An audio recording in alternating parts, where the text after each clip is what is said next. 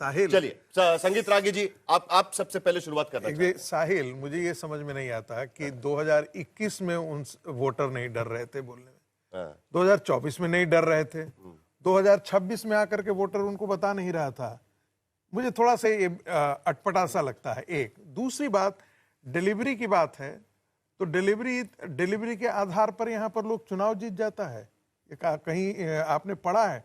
Development के आधार पर तमिलनाडु एक सुरूर एक बार चढ़ा था चंद्रबाबू नायडू को भी कि हम डेवलपमेंट के आधार पर। बीजेपी जो चुनाव जीतती है वो डिलीवरी पर नहीं जीतती नहीं, मैं कह रहा हूं डिलीवरी नहीं, डिलीवरी तो प्रधानमंत्री मोदी 24 में 19 में जीते या गौरव भाटिया सुन रहे हैं आपको? नहीं, सुनिए गौरव भाटिया सुन रहे हैं आपको? सुनिए ना, जो उनके एक्सप्लेनेशन के अनुसार जल्दी बोलिए क्योंकि उनके पास भी जाना है मुझे। सिर्फ उसी के आधार पर नहीं जीते। बंगाल चुनाव को यदि उसके आधार पर आप आकलन करते हैं तो बहुत गलत करते हैं। बंगाल चुनाव का मूल आकलन यह है कि जितने भी घुसपैठिए थे उनको वोटर लिस्ट से बाहर किया गया और भयमुक्त चुनाव हुआ है जिसमें खुल करके लोग आकर के वोट कर रहे हैं। अग्निमित्रा पॉल वहां पर बात करिए, जरा एक बार सुन लेते हैं। भारतीय जनता पार्टी के पक्ष में सब मालूम है, लेकिन सब लोग को यही बस हम लोग को मैसेज देना है, सब लोग शांति से रहे, क्योंकि ये बीजेपी अलग पार्टी है, पार्टी विद ए डिफरेंस।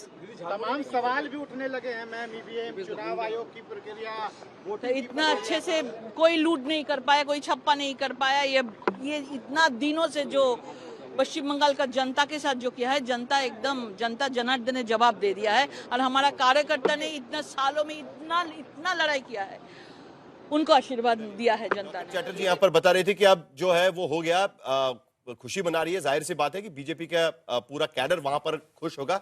सालों से इंतजार था वहां पर जीत का। गौरव भाटिया, शुरुआत आप ही से करेंगे। प्रदीप गुप्ता को भी आपने सुना, संगीत रागी को भी आपने सुना। ये जीत किसके बलबूते पर हुई है? डिलीवरी के भरोसे पर हुई है या जो बंगाल में स्थिति थी उसके आधार पर हुई?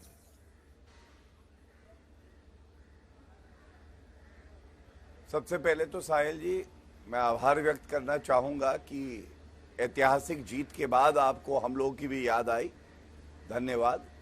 लेकिन सबसे पहले आप देखिएगा, 2 महीने पहले आपके कार्यक्रम में ही हम लोग कह रहे थे 4 मई ममता बनर्जी गई, तब सब हमारा मजाक उड़ा रहे थे, उपहास कर रहे थे, कह रहे थे ये संभव नहीं है, मोदी जी हैं तो मुमकिन है। ये करोड़ों कार्यकर्ताओं को, जो पश्चिम बंगाल की जनता है, उन्हें यकीन था। और आज अंग बंग कलिंग तीनों जगह पे भगवा परचम लहरा रहा है। क्या संदेश है, मैं उस पर आना चाहूंगा। पहला संदेश है, महिला सशक्तिकरण की बात करते हैं, जमीन पे उतारते हैं नरेंद्र मोदी जी। महिला आरक्षण बिल लाते हैं, कांग्रेस पार्टी विरोध करती है, टीएमसी विरोध करती है। पश्चिम बंगाल की जनता बाहर निकली, महिला बाहर निकली, उन्होंने वोट की चोट ऐसी दी कि मां माटी मानुष की बात करके, जो आरजी कर मेडिकल हत्याकांड में टीएमसी के गुंडों के साथ खड़ी थी, पीड़ित परिवार के साथ नहीं, उनको आज जवाब दिया है। दूसरा, तुष्टीकरण की जो राजनीति है ना, कि अगर मुसलमान हो, नागरिक नहीं हो, रोहिंग्या हो, तो भी मैं तुमसे प्यार करती हूं, और अगर हिंदू हो, भारत के नागरिक भी हो, और अगर जय श्री राम का नारा लगाओगे तो चमड़ी उधेड़ दूंगी। तो आज हिंदुत्व की ताकत बहुत सी तुष्टीकरण करने वाली पार्टियों को पता चल गई होगी। ठीक है। तीसरी बात, भारतीय जनता पार्टी पर्याय है प्रो इनकम्बेंसी की राजनीति का। एक मिनट, मैं अपनी बात पूरी कर लूं, फिर आप चले करिए। प्रो इनकम्बेंसी मैंने क्यों कहा? आप असम देखिए, हैट्रिक लगाई है। इसी तरह से पुडुचेरी में दोबारा आए हैं, गुजरात में 7 बार, गोवा में 3 बार, हरियाणा में 3 बार। अब आप मुझे बताइए, 2014 के बाद एक प्रदेश भी ऐसा हो जहां कांग्रेस कभी लगातार 2 बार चुनाव जीती हो? उत्तर है नहीं। तो इसलिए जब हम पैर रखते हैं तो अंगद का पैर होता है, कोई हिला नहीं सकता, और जनता आशीर्वाद देती है, और विपक्षी पार्टियां ढेर हो जाती है। ठीक है। रागिनी नायक, 4 मुद्दे गौरव भाटिया यहां पर बता रहे थे, उनकी जीत के। अंजना ओम कश्यप वहां पर बीजेपी के मुख्यालय भी वहां पर पहुंची हुई है, थोड़ी देर में वहां पर प्रधानमंत्री मोदी आने वाले हैं। जाहिर सी बात है कि एक भव्य स्वागत उनका वहां पर होगा, और उनका भाषण आज का बहुत इंपॉर्टेंट होगा, क्योंकि एक आइडियोलॉजिकल जीत भारतीय जनता पार्टी की।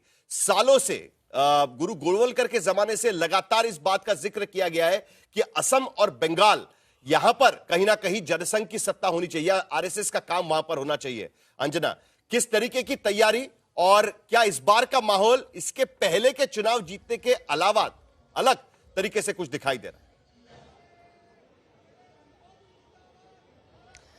जोश बहुत ज्यादा है और जैसे आपने वैचारिक जीत की बात बताई तो एक बार आपको पूरा बीजेपी दफ्तर दिखा देते हैं, क्योंकि यहाँ पर आइए, सबसे पहले तो ये रास्ता है जहाँ पर आपको विनोद तावड़े, तमाम तरुण चुग, तमाम नेता बीजेपी के दिखाई दे रहे हैं और प्रधानमंत्री नरेंद्र मोदी का वो पोस्टर लगा है, वो पोस्टर झालमुड़ी वाला, जो एक अलग भाषा उन्होंने खोजी, अलग भाषा खोजी और इसी भाषा के जरिए वो बंगाल के लोगों के साथ, क्योंकि देखिए सबसे बड़ा और ये है कार्यकर्ताओं का हुजूम। अगर जनता जिताती है तो कार्यकर्ताओं का भी जोश उतना उसके पीछे होता है और वही जोश ये बीजेपी दफ्तर में यहां से प्रधानमंत्री की एंट्री होने वाली है जो हमने आपको दिखाया, और वहीं जब आप इस हिस्से में प्रधानमंत्री के प्लेकार्ड्स, कटआउट्स लेकर लोग यहां पर खड़े हैं और बीजेपी की बात कर रहे हैं।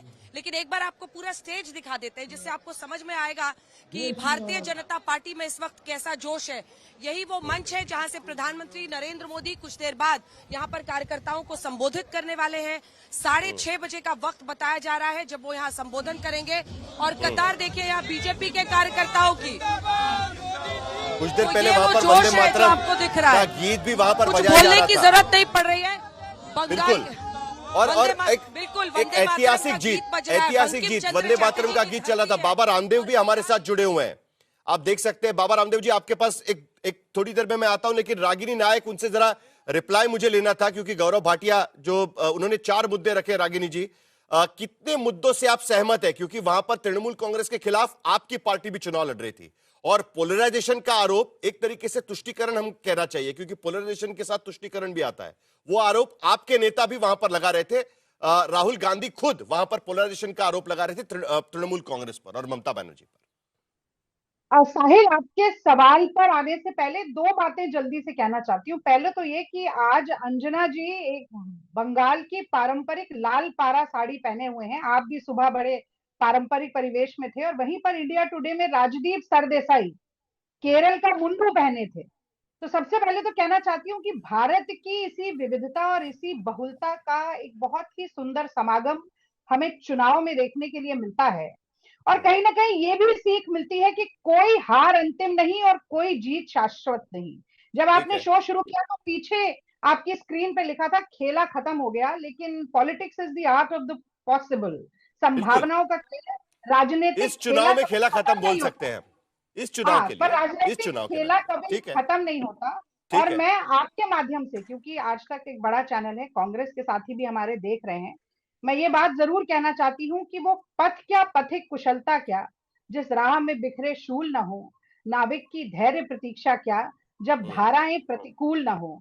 तो अंजना जी का परिवेश बंगाल का है, वहां भाजपा की जीत हुई है। राजदीप जी का परिवेश केरल का था, वहां कांग्रेस की जीत हुई है। और करीब करीब 375 के आसपास भारतीय जनता पार्टी और उसके घटक दल सीट जीत रहे हैं। रागिनी 210 नायक जी, आप इस तरह की टिप्पणी करेंगे, यहाँ पर संगीत रागी भी बैठे हैं और आशुतोष भी बैठे हुए हैं, उसके अलग अलग मतलब निकालेंगे, तो आप कृपया करके इस तरह की टिप्पणी मत करिएगा। जल्दी से गौरव भाटिया जी पर जवाब दीजिए। बाबा रामदेव जी राजदीप कांग्रेस के साथ हमेशा रहे हैं। चले, ठीक है। मैं आ रही हूँ। भारतीय जनता पार्टी और उसके घटक दल 375 के आसपास सीटें जीत रहे हैं। कांग्रेस पार्टी और हमारे घटक दल 200 सवा 200 के आसपास सीट जीत रहे हैं। तो you can not right of the Congress party. में पहले रागी जी की बात पर ही आती हूँ। रागी जी ने तो स्पष्ट कर दिया कि संघ की धारणा क्या है इस चुनाव की। संघ की धारणा है कि हिंदू मुसलमान करिए और चुनाव जीतिए। उन्होंने कहा कि कोई भी डिलीवरी सिस्टम तो होता ही नहीं है। और मैं तो सुबह से डिबेट देख रही हूँ, क्या नैरेटिव है। आज गौरव भाटिया जी अब आकर 4 विषयों पर जरूर बात कर रहे हैं, उस पर भी आ जाऊंगी। मिनी पाकिस्तान बना देंगे, मिनी बांग्लादेश बना देंगे, घुसपैठिए आ गए, मारकाट मच गई, आग लग गई, विपक्ष के गुंडों ने हाहाकार मचा दिया। क्या स्वास्थ्य पर, शिक्षा, एक मिनट, स्वास्थ्य पर, शिक्षा पर, महंगाई पर, बेरोजगारी पर बात हुई। और सबसे दुखद क्या है साहिल, कि इसी पोलराइजेशन का महिमा मंडन हो रहा है हर चैनल पे। कितना अच्छा पोलराइजेशन मोदी जी ने किया, किस तरीके से हिंदू और मुसलमानों का विभाजन किया।